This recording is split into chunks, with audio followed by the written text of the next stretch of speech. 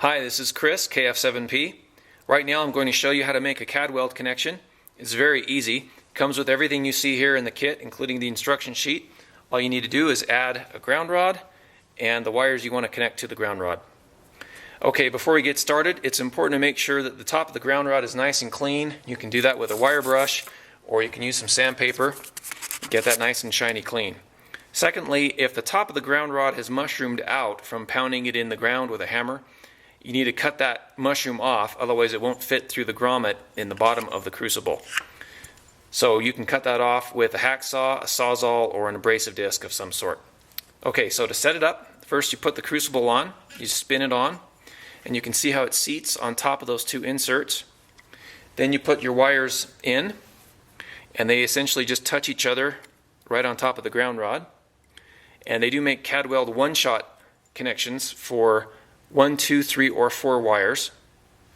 Once the wires are in, you drop this little disc in and make sure it seats flat. Then pour in the weld powder with the starter powder and put the lid on. And then all you do is spark it with a sparker and it ignites and your connection's finished. Let's go outside now and take a look at it and see how it works. Wires in, drop in the disc. Pour the powder in.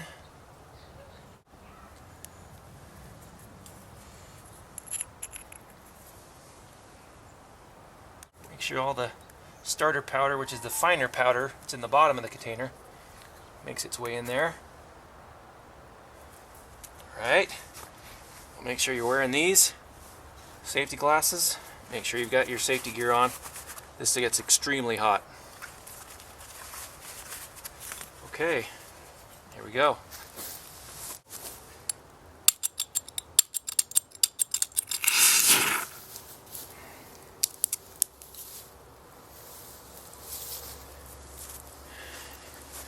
And there it is.